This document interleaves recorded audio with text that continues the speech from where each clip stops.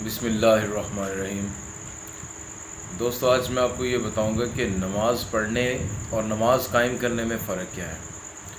نماز آپ پڑھتے ہیں 5 وقت، ایک دن میں 5 وقت آپ نماز پڑھتے ہیں، یعنی جب آپ مصلی پہ کھڑے ہوتے ہیں تو آپ نماز پڑھتے ہیں، لیکن جب آپ مصلی سے نیچے اترتے ہیں تو آپ کا نماز کو قائم کرنے کا وقت جو ہے وہ شروع ہو جاتا ہے۔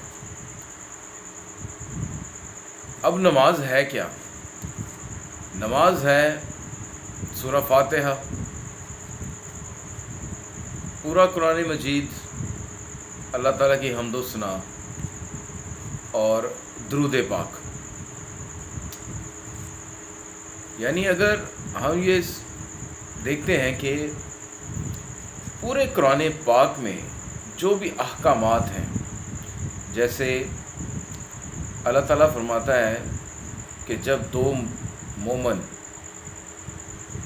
آپس میں لڑ پڑیں تو ان میں صلح کروا دو۔ اب جو تو اپنی نماز قائم کرنا چاہتا ہے تو وہ ان دونوں کے درمیان صلح کروا دے گا۔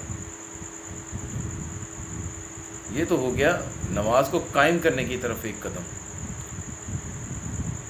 اور اسی طرح ایک دوسری مثال میں آپ کو دیتا ہوں، قرآن پاک میں ہی اللہ تعالیٰ ارشاد فرماتا ہے سورۃ البقرہ میں کہ جب لوگوں نے پوچھا تھا نا کہ طالوت کو بادشاہ کیوں مقرر کیا گیا، تو اس کا جواب قرآن نے کچھ اس طرح سے دیا کہ ان اللہ اصطفاہ علیکم وزادہ بسطاۃ فی العلم والجسم، کہ علم اور جسم کی بنیاد پر طالوت کو تم لوگوں کا بادشاہ بنایا گیا۔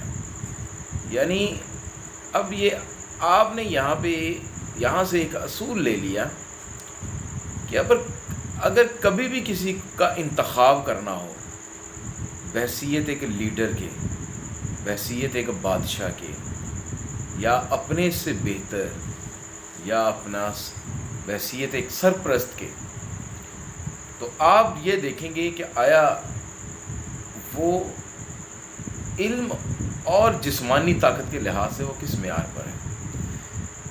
یہ جسمانی طاقت ہی تھی۔ ہم لوگ کہتے ہیں نا کہ مغرب جو ہے وہ اس نے قرآن سے تعلیمات حاصل کی، تو آپ نے آرنلڈ کا نام سنا ہوگا۔ امریکہ نے آرنلڈ کو جسمانی طاقت زیادہ ہونے کی وجہ سے کیلیفورنیا کا گورنر بنا دیا تھا۔ تو اگر ہم بھی قرآن پاک کی تعلیمات کو اسی طرح ان پہ عمل کریں اور دوسرے لوگوں سے بھی اس پر عمل کروائیں، تو یہ نماز کو قائم کرنے کی طرف ایک قدم ہے۔ نماز پڑھنا تو یہ ہے کہ آپ جائے نماز پہ یا مصلی پہ کھڑے ہوئے نماز پڑھی، 5 نمازیں پڑھی اور بس۔ لیکن جب آپ نماز قائم کرنے کی طرف جاتے ہیں تو پھر آپ 24 گھنٹے کے لیے حکم الہی سے باہر نہیں نکلتے۔ تو یہ بات ہے، اس پہ آپ غور کریں۔ اگر آپ کو یہ میری بات پسند آئی ہے تو اس کو کمنٹ میں ضرور لکھیں۔